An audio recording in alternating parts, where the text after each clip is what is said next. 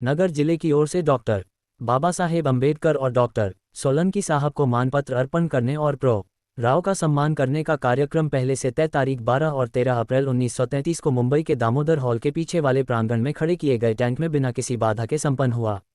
पहले दिन सोलंकी साहब की अध्यक्षता में हुई सभा में डॉक्टर बाबा साहेब को मानपत्र अर्पण किया गया। पहले R.H. आडांगले ने अध्यक्ष का प्रस्ताव रखा, जिसका अनुमोदन किया रा.सु.ता. रुपवते ने। फिर डॉक्टर सोलंकी साहब ने अध्यक्ष स्थान ग्रहण किया। अपने भाषण में सोलंकी साहब ने कहा, डॉक्टर अंबेडकर का सम्मान करना आपके और मेरे सम्मान करने जैसा ही है। उसके बाद रोहम ने मानपत्र पढ़कर सुनाया और फिर उसे सुंदर चांदी के चषक में डालकर डॉक्टर बाबा साहेब अम्बेडकर को अर्पण किया गया। उसका स्वीकार करने के बाद डॉक्टर बाबा साहेब अपना भाषण देने के लिए उठकर खड़े हुए। उन्होंने कहा, आज का ये कार्यक्रम नगर जिले के लोगों की ओर से आयोजित किया जा रहा है।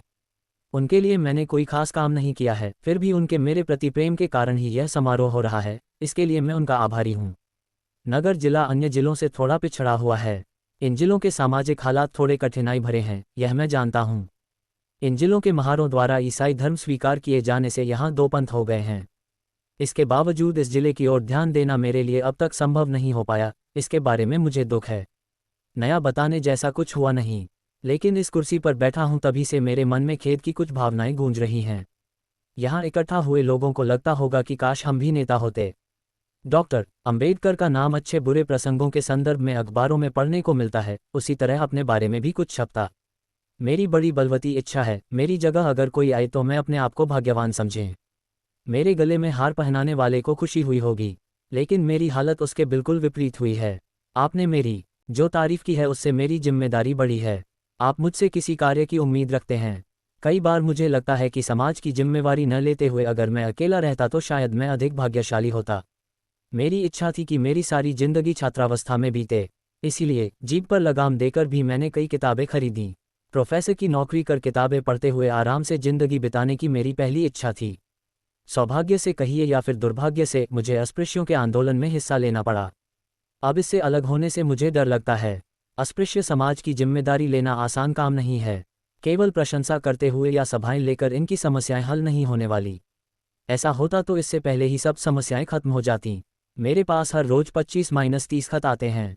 वे खत अगर कोई पढ़े तो उसका दिल पसीज जाएगा। उनकी समस्याएं हल करने के लिए प्रतिदिन काम करने वाले लोग मुझे चाहिए।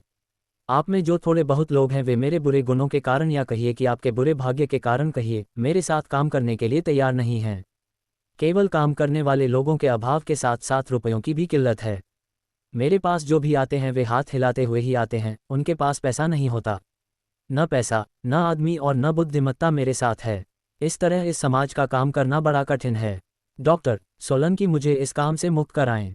अन्य समाज के लोग उम्र के चौथे पड़ाव में यानी 50 वर्ष पूरे करने के बाद सामाजिक कार्य करने लगते हैं, लेकिन मुझे उम्र के 25वें साल में ही सामाजिक कार्य शुरू करना पड़ा।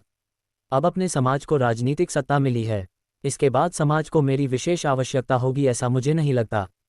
पढ़े लिखे लोग तैयार हो रहे हैं। अभी भी अगर जीवन के कुछ वर्ष मुझे मिल जाएंगे तो मैं निजी हित साध सकता हूँ। आप अपने पैरों पर खड़े हो जाए। डॉक्टर सोलंकी या मेरे बारे में अगर किसी को बुरा लगता हो तो वे हमें बताएं। हम ये सब छोड़ देंगे। इसके लिए हम हमेशा तैयार हैं। सभी जिम्मेदारी अब से आगे मैं ले नहीं सकता। सार्वजनिक कार्य की सामग्री आपको तैयार करनी होगी। अब तक कांग्रेस ने अपने आंदोलन पर 2 करोड़ रुपयों से भी अधिक राशि खर्च की होगी। मुसलमानों ने लगभग उतनी ही या उससे अधिक राशि अपने आंदोलन के लिए खर्च की होगी।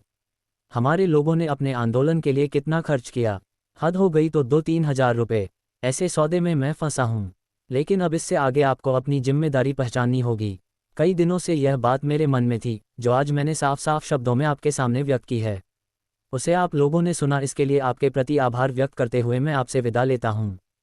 दूसरा दिन। डॉक्टर सोलंकी के प्रति अपनी कृतज्ञता मानपत्र से नहीं किसी और तरीके से व्यक्त करें। दिनांक 13 अप्रैल 1933 को रात को डॉक्टर बाबा साहेब अम्बेडकर की अध्यक्षता में डॉक्टर सोलंकी साहब को मानपत्र देने का तथा प्रो राव के सम्मान का कार्यक्रम संपन्न हुआ।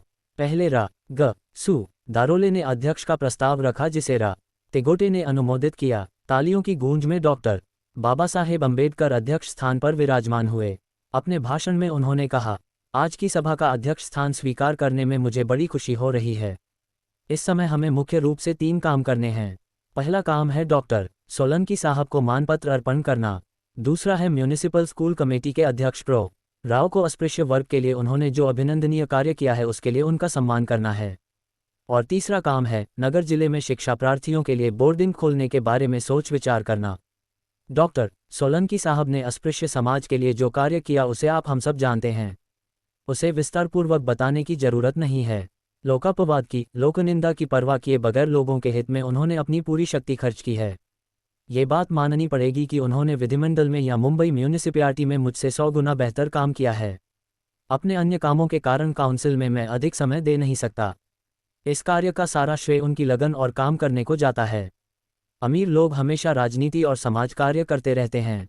बैंक में जिनका बहुत सारा पैसा होता है वे लोग सार्वजनिक कामों में लगे रहते हैं। हर महीने वे चेक काट कर अपना खर्चा चलाते हैं। जीवन का समय वे मनोरंजन के लिए समाज कार्य करने में बिताते हैं। अपना चरितार्थ चलाते हुए समाज कार्य करना आसान बात नहीं। मेडिकल की परीक्षा पास करने के बावजूद डॉक्टर सोलंकी का अपना दवाखाना नहीं है। वे 24 घंटे सार्वजनिक कार्यों में लगे रहते हैं। समाज पर यह उनका उपकार ही है। इंग्लैंड में मजदूरों की राजनीति करने वालों को अच्छा वेतन मिला करता था। 1910 में पार्लियामेंट के सदस्यों को तनख्वाह नहीं मिलती थी। मजदूरों की संस्थाओं से तब उन्हें 400 पाउंड मिला करते थे। यहाँ ऐसी कोई व्यवस्था नहीं थी। ऐसे समय में भी डॉक्टर सोलंकी ने अपना समाज कार्य जारी रखा। इसलिए केवल मानपत्र देकर उनके कार्य का गौरव संभव नहीं। उनके कार्य के प्रति कृतज्ञता व्यक्त करने के लिए अन्य तरीका अपनाना होगा।